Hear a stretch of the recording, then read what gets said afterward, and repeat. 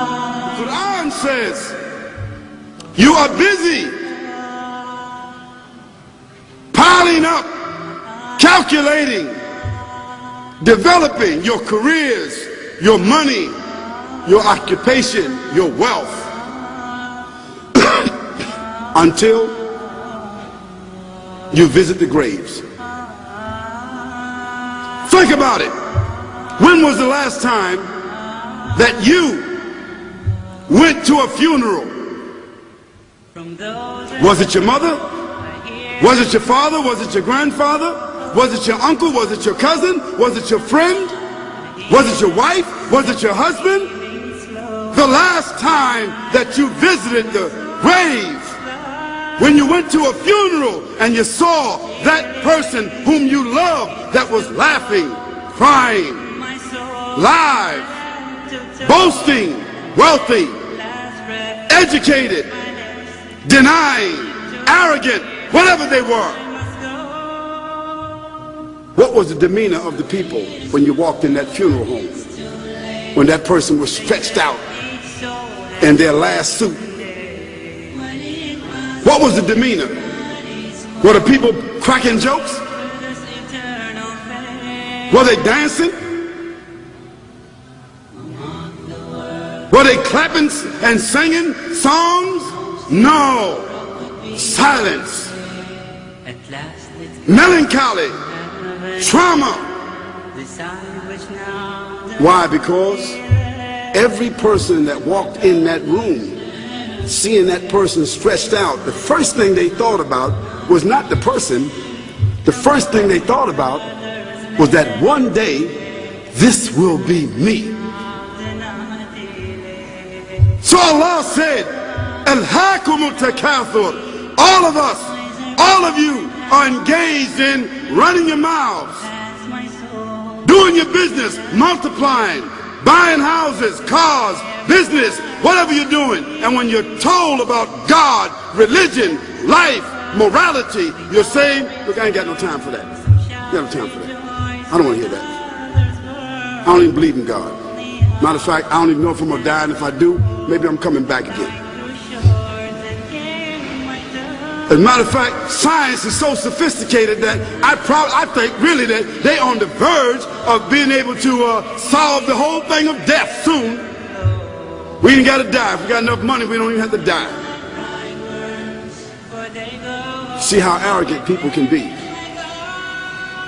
until they visit the funeral house. And then after you go to the funeral house, if you got the guts, if you're able to do so, you go to the grave. And now this is another scenario.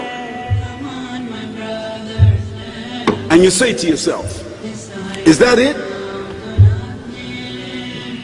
I mean, 50, 60 years, scraping, struggling, scheming, lying, stealing, fornicating, jumping up and down, begging, working, and this is the end of it? I mean, is this what's going to happen to me? Are they going to be dropping me into a hole in the ground? A hole in the ground, the same hole that a cat digs after it defecates. Just a little deeper.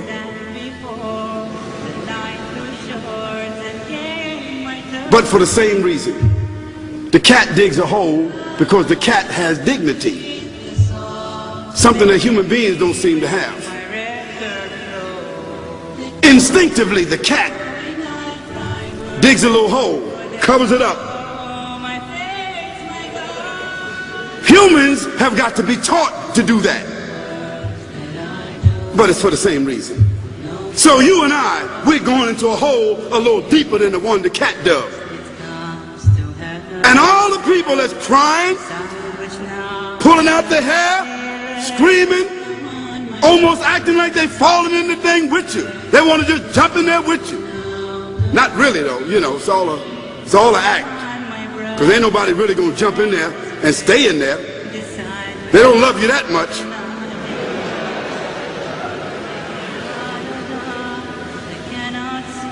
And then after all the shoveling get done, and they fill it up, and the box, you can't even see the box no more, the coffin that cost $5,000. I don't know what did they burn somebody a $5,000 coffin for? I mean, if I was a funeral director, after they left, I would dig them back up and put them in another box and take that box back.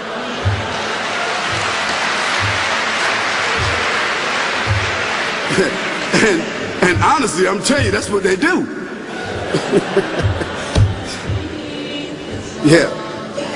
So after all the money and all the drama, and they dig that hole and put you in there and cover you up, and everybody goes back to the place, go back to mama's house or daddy's house or whoever's house, and you know, we cook some chicken or whatever it is, and we do a little dancing and drink some scotch and forget all about that person, and then we want the lawyer to come now and talk about, you know, divvying up the spoils. So if that woman who died had a husband, somebody else is gonna marry him, you know that. And that man who died, you know, that woman, in about 6 months or a year of grieving or whatever it is, she gonna come to understand that she needs somebody else to be with, so she gonna marry somebody. So that means if his suits are still in the closet and he can fit them, who gonna wear them? So it really means that after all this time, and the people walk away from that grave, it's over.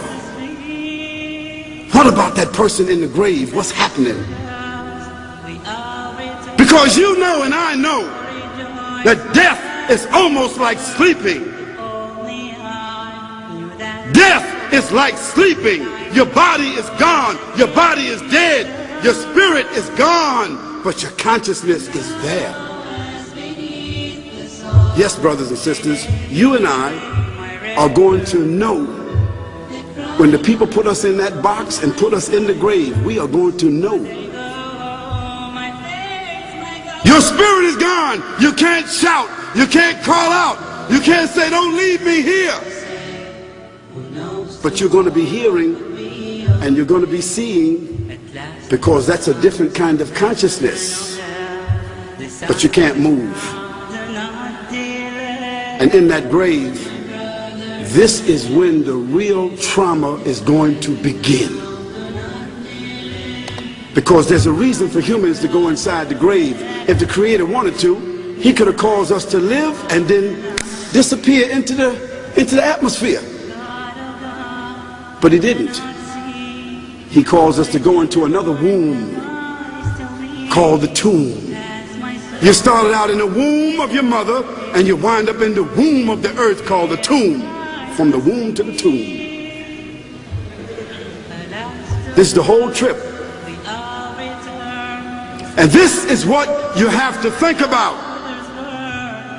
That grave is going to be a place of drama and trauma. A place where you're going to be questioned before you're resurrected. What happens in the winter? All the leaves fall off the trees and the earth goes dead. And what happens in the springtime? The water comes, generates the earth again, germinates all over again, new grass, new leaves, new flowers, new fruits. So Allah says, and a sign for them is the dead earth. After that, we give it life. And then you eat the fruits from that. So Allah says, the one who gave you life in the beginning, is He not able to give you life all over again in order to judge you? Yes, certainly. You may want to deny it because you don't want to be judged. But you will be judged.